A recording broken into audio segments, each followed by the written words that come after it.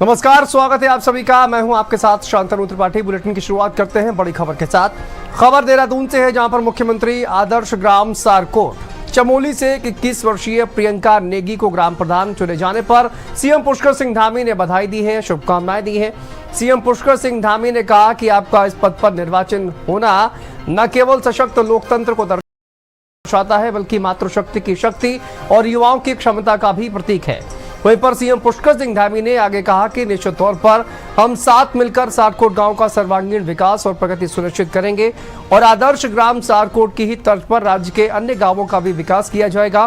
Phone पर बातचीत करते हुए सीएम पुष्कर सिंह धामी नजर आए।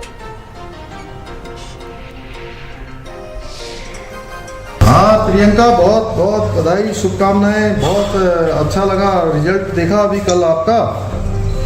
जी सर, धन्यवाद सर। चलिए, बहुत अच्छा बनाना है सारकोट को हम लोगों को, है ना?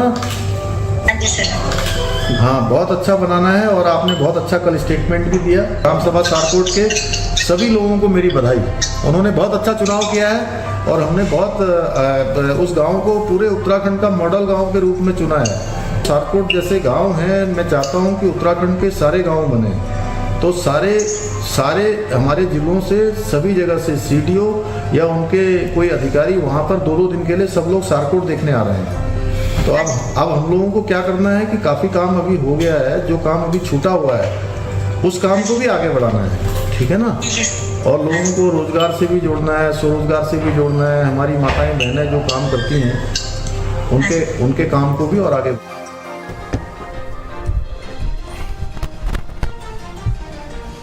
चलिए आगे बढ़ते हैं। खबर नैनीताल से है, जहां पर भीमताल की निजी शिक्षण संस्थान में लखनऊ निवासी बीसीए सेकेंड ईयर की छात्रा के आत्महत्या के मामले में पुलिस जांच में जुट गई है। मृतक वाशवी का शव भीमताल के निजी शिक्षण संस्थान में फंदे से लटका हुआ मिला था। घटना के बाद पुलिस ने शव को कब्जे में लिया है। वीडियोग्राफी के साथ पोस्टमार्टम किया गया। वहीं पर वाशवी के परिजनों ने कॉलेज के मैनेजमेंट पर तमाम संगीन आरोप लगाए। उन्होंने कहा कि कॉलेज प्रबंधन बार बार अपने बयान बदल रहा है और किसी तरह का सहयोग नहीं कर रहा है। वहीं पर परिजनों ने नैनीताल पुलिस से बेटी को न्याय दिलाने की गुहार लगाई है। लापरवाही तो बहुत हुई है। वाशवी तोमर मेरी बेटी थी, ग्राफिक वगैरह में जो पढ़ती थी, बीसीए कर रही थी। उसकी जानकारी और हंसमुख लड़की थी, लेकिन ऐसी कोई उम्मीद नहीं थी कि ऐसा करेगी ना। यहाँ पे जो ग्राफिक वगैरह का प्रशासन है उसने भी कोई सपोर्ट नहीं किया अभी तक। और उस समय भी जब 29 तारीख को मेरी बात हुई है बच्ची से रात में, तो रैगिंग के बारे में उसकी जानकारी दी उसने हमें कि यहाँ पे रैगिंग हो रही है और जूनियर बच्चों की, इसकी वजह से मुझे दिक्कत हो रही है। नहीं, पुलिस को अभी तक तो कोई सुराग नहीं मिला है और ना वहाँ पे कोई सुसाइड नोट मिला है। मैनेजमेंट कोई सहयोग नहीं कर रहा है। अभी तक 2 दिन से हम लोग यहाँ पे हैं, 1.5 दिन से कोई मैनेजमेंट सहयोग नहीं कर रहा है। प्रशासन से मैं यही चाहता हूँ, दरख्वास्त मेरी यही है कि बेटी को मेरे न्याय मिले। न्याय चाहते केवल हमारी बच्ची के साथ जो यह बुरा हुआ है, इससे पहले भी 4 बच्चों के साथ हो चुका है साल भर में इस कॉलेज में। हम तो यही प्रशासन से दरखास्त लगाते हैं अपनी कि भाई न्याय मिले हमें। हमारी बच्ची तो चली गई, आगे आने वाले टाइम में कोई बच्चे को ना हो, लेकिन इन्होंने सारी बातें छुपाई है हमसे। हमें कोई चीज क्लियर नहीं बताई है। बच्ची हमारी बीमार थी। प्रशासन जब आता है कल, तब उन्हें कोई सबूत नहीं मिलता है, कुछ नहीं मिलता है, आज भी कोई नहीं है। लेकिन अब जो कॉलेज प्रशासन है वो नहीं सीधे वो बात कर रहा है, वो अपनी ही उसमें लगे पड़े कि कैसे भी हम बचे। हवाली थाना क्षेत्र में एक इंस्टीट्यूट है, इसमें एक बच्ची की सुसाइड करने का मामला आया था। तो पुलिस को जैसे सूचना मिली, पुलिस मौके पर पहुंची और उसके बाद में जो मौके साक्ष्य हैं वो भी संकलन किए गए। बाकी पीएम रिपोर्ट और बाकी चीज़ों को देख के जो है इसमें पुलिस अपनी जांच कर रही है और जैसे भी जांच में तथ्य आएंगे उसके हिसाब से पुलिस इसमें अग्रिम कार्रवाई। फोरेंसिक टीम को भेजा गया था और हमारी जो बाकी टीमें हैं वो लोग भी वहाँ पे हैं। कुछ हम सीसीटीवी सर्विलांस और डाटा एनालिसिस का काम भी करें। चलिए आगे बढ़ते हैं। उत्तराखंड में अभी पंचायत चुनावों की मतगणना खत्म हो गई है, जहां पर बीजेपी और कांग्रेस दोनों अपनी अपनी जीत के दावे करने में जुटे हुए हैं। वहीं पर कांग्रेस के दावों के बाद बीजेपी ने तो सभी 12 जिलों में जिला पंचायत अध्यक्ष बनाने का दावा किया है। इस पर बीजेपी प्रदेश मीडिया प्रभारी मनवीर चौहान ने बयान दिया। उनके मुताबिक उत्तराखंड में पंचायत चुनावों में बीजेपी के समर्थित प्रत्याशियों की बम्पर जीत हुई है।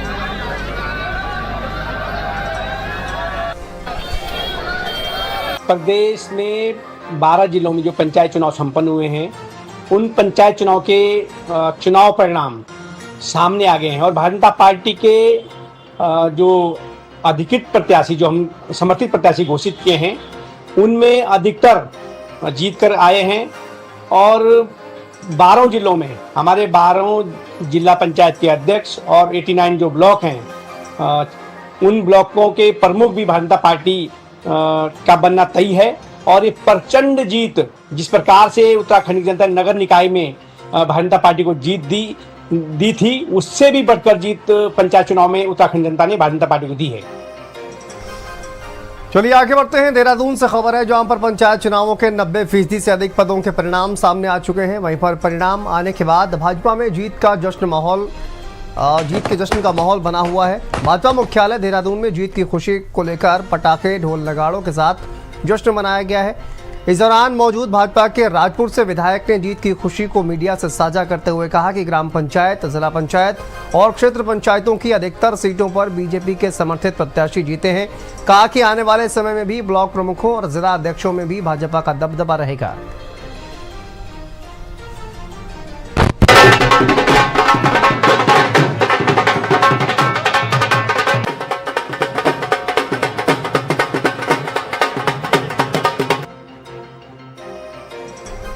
सबसे पहले मैं स्थानीय निकाय चुनाव का जिस तरह से जो अभी पंचायत चुनाव का जो बिगुल बजा है, इसके लिए मैं उत्तराखंड के जनमानस को बहुत बहुत बधाई जो ग्रामीण क्षेत्र में रहते हैं।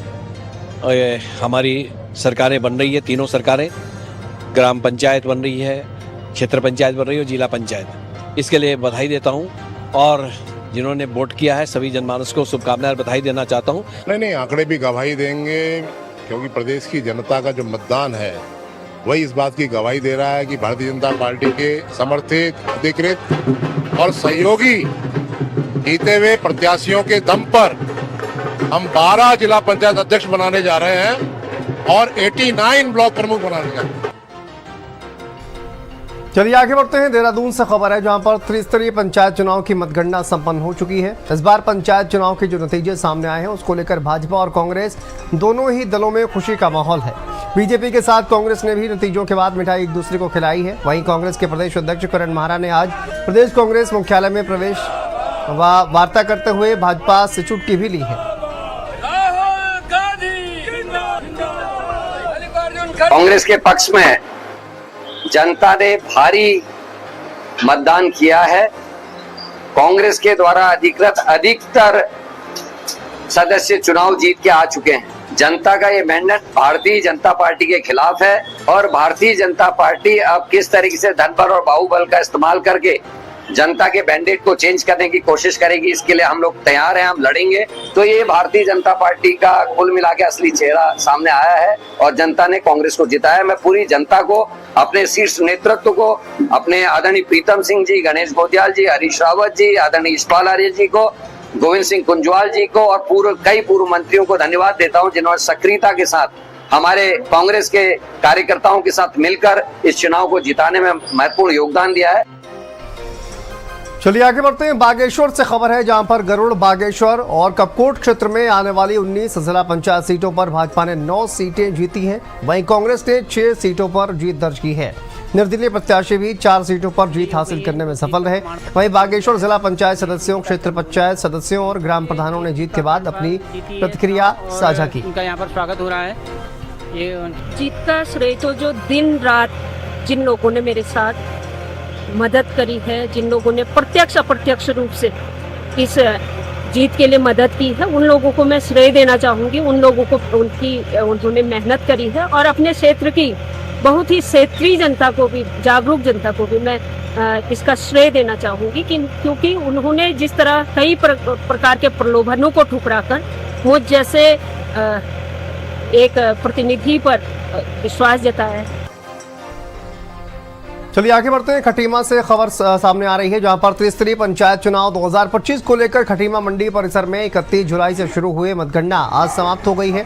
कुल 9 चरणों में संपन्न हुई मतगणना के बाद निर्वाचन अधिकारियों ने सभी विजयी ग्राम प्रधान, बीडीसी और वार्ड मेंबर को प्रमाण पत्र दिया। खटीमा के 6 जिला पंचायत सीटों पर 4 सीटों पर भाजपा समर्थित प्रत्याशियों ने कब्जा जमाया, जबकि 1 सीट पर कांग्रेस तो 1 निर्दलीय प्रत्याशी के खाते में गई।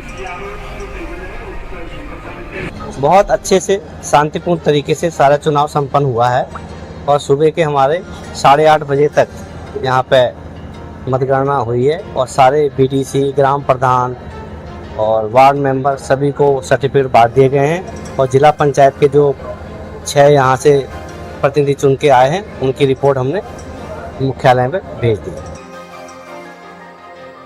खबर देहरादून से है, जहां पर अब मसूरी आने वाले पर्यटकों को रजिस्ट्रेशन कराना होगा। आपको बता दें कि पर्यटन विभाग एक नई व्यवस्था लागू कर रहा है। भारी भीड़ और ट्रैफिक दबाव को देखते हुए पर्यटन विभाग आज से ऑनलाइन रजिस्ट्रेशन अनिवार्य करेगा। मसूरी आने से पहले पर्यटकों को पर्यटन विभाग की वेबसाइट पर रजिस्ट्रेशन करना होगा, आधार कार्ड के माध्यम से रजिस्ट्रेशन करना होगा और पंजीकरण के आंकड़े लाइव होंगे, जिससे पुलिस और प्रशासन को भीड़ और यातायात नियंत्रित करने में मदद मिलेगी। हमारे मसूरी के जितने भी स्टेक होल्डर्स हैं, पोर्टल के माध्यम से उनको एक रजिस्ट्रेशन अपना कराना है। ये ज़रूरी नहीं है कि वो टूरिस्ट ही करे, जिसकी बुकिंग ऑलरेडी वहाँ पे हो चुकी है। हम इसको एक लिंक हम लोगों ने होटल एसोसिएशन इन लोग को भी दिया है कि जो उनके पास बुकिंग उपलब्ध है उसके आधार पर भी वो उसमें इस पोर्टल में रजिस्ट्रेशन करे जी। तो एक रियल टाइम जो डाटा हम लोग को मिलेगा उसको हम एडमिनिस्ट्रेशन को शेयर करेंगे कि वाकई में होटल्स में रियल स्थिति क्या है, क्या वाकई में भर गए या 100% बुकिंग हो चुकी है या कमरे खाली हैं। तो इसलिए भी उनके पास भी एक सूचना रहेगी कि वाकई में अभी कैपेसिटी है। चलिए आगे बढ़ते हैं। प्रदेशवासियों के लिए एक अच्छी खबर है, जहां पर बागेश्वर टनकपुर रेल लाइन पर जल्द ही काम शुरू हो सकता है। केंद्र सरकार ने इस परियोजना पर काम शुरू करने के लिए राज्य सरकार से औपचारिक तौर पर सहमति देने को कहा है। वहीं राज्य सरकार जल्द ही इस दिशा में आधिकारिक पत्र केंद्र सरकार को भेजने की तैयारी कर रही है। सीएम पुष्कर सिंह धामी ने मुख्य सचिव को इस दिशा में निर्देश दिए हैं।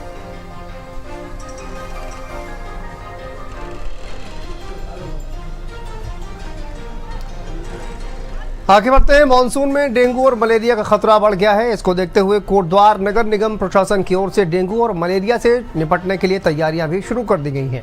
इसके तहत नगर निगम प्रशासन नालियों में जल जमाव की समस्या से निपटने के लिए नालियों की सफाई करवा रहा है।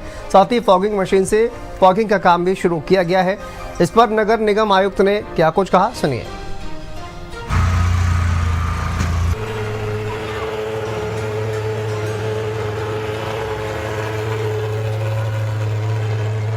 डेंगू का सबसे पहले तो जागरूकता और अपने आसपास के बारे में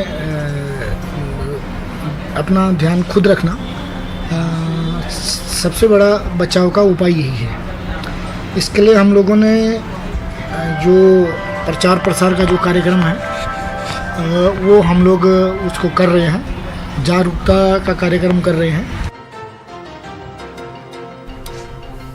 चलिए आगे बढ़ते हैं। अंतर्राष्ट्रीय टाइगर दिवस पर मुख्यमंत्री धामी ने टाइगर प्रोटेक्शन फोर्स में अग्निवीरों की सीधे तैनाती को लेकर घोषणा की थी। वृहद बाघ संरक्षण के लक्ष्य को अग्निवीरों के माध्यम से पूरा किया जा सकता है। वहीं पर जहां एक ओर भाजपा प्रदेश प्रवक्ता विपिन कैंथोरा ने मुख्यमंत्री के इस निर्णय की प्रशंसा की, वहीं दूसरी ओर विपक्षी पार्टी कांग्रेस की प्रदेश प्रवक्ता गरिमा महारा ने मुख्यमंत्री के इस फैसले पर तंज कसा। देखिए, टाइगर प्रोटेक्शन फोर्स जो है उसका निर्माण किया जाएगा। माननीय मुख्यमंत्री जी ने कल उसके बारे में विस्तार से बोला भी है। और जो हमारे अग्निवीर जो हैं, जो रिटायर होकर के अग्निवीर जो आएंगे, उनको उसमें वरीयता दी जाएगी, उनकी तैनाती उसमें की जाएगी। और प्रत्येक जनपद के अंदर टाइगर प्रोटेक्शन फोर्स जो है उसका गठन किया जाएगा। उसमें तमाम जो आप देख रहे हैं जिस प्रकार से बाघ और मानव के बीच जिस प्रकार से संघर्ष है, उसको किस प्रकार से हम कम कर सकें और किस प्रकार से हम टाइगरों को भी संरक्षण कर सकें और मनुष्य को भी बचा सकें, मानव जाति को भी बचा सकें, इस पर ये महत्वपूर्ण फैसला जो है बहुत कारगर साबित होगा। अग्निवीर योजना से जो दंश दिया है, जो घाव दिया है भाजपा की सरकार ने, अब उस पर मलहम लगाने की कोशिश भाजपा कर रही है। आपने जो बच्चा हमारा ग्रामीण अंचलों का साल दर साल अथक प्रयास करता था, कभी दौड़ लगाते हुए दिखता था, कभी व्यायाम करते हुए दिखता था, क्योंकि वो माँ भारती को अपना पूरा जीवन समर्पित करना चाहता था। वो अपनी देश की रक्षा, देशभक्ति और राष्ट्र प्रेम उसके अंदर इतना कूट कूट के भरा था। आप उत्तराखंड को देख लीजिए, सैन्य बाहुल्य हमारा प्रदेश कहा जाता है। इसके हर घर में या तो दामाद के रूप में, बेटे के रूप में या किसी भाई भतीजे के रूप में आपको एक सैनिक जरूर मिलेगा। तो ऐसे में वो सेना में भर्ती होने का जो सपना था जीवन काल, पूरा अपना समर्पित करने का जो सपना था उसको पैरों तले रौंद दिया अग्निवीर योजना ने। चलिए आगे बढ़ते हैं। उत्तराखंड में भूकंप को लेकर भूवैज्ञानिकों ने गहरी चिंता जताई है और इसी कड़ी में भूकंप को लेकर वैज्ञानिक लगातार शोध में जुटे हुए हैं। वाडिया इंस्टीट्यूट के निदेशक विनीत कुमार गहलोत ने भूकंप से जुड़ी कुछ जानकारी साझा की। उन्होंने क्या कुछ कहा, सुनिए। जो रूस में कमचटका जिस इलाके को हम कहते हैं वहाँ पे गया है उसको वो पैसिफिक प्लेट के चारों तरफ का इलाका जो है इसको हम रिंग ऑफ फायर भी कहते हैं। तो वहाँ पे अर्थक्वेक बहुत आते हैं। सबसे ज़्यादा अगर अर्थक्वेक आने की संख्या है तो वहाँ पे है और 8.7 मैग्नीट्यूड का अर्थक्वेक जो होता है वो बहुत बड़ा होता है। तब आप अगर हिंदुस्तान के अपने हिसाब से देखें, हिमालय के हिसाब से देखें तो इसके बराबर हमारे पास एक 8.6 का 1950 आसाम अर्थक्वेक जिसको कहते हैं रांची में जो आया था, वो हमारे पास अंडमान में अर्थक्वेक आया था, वो 9.2 मैग्नीट्यूड का था, तो इससे कई गुना बड़ा था।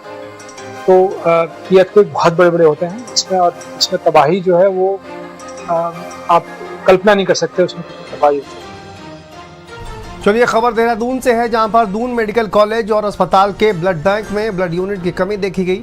आपको बता दें कि बीते रोज दून अस्पताल के ब्लड बैंक में 2 ही यूनिट ब्लड रह गया था, जिसके कारण दून अस्पताल में मरीजों को दिक्कत का सामना भी करना पड़ा।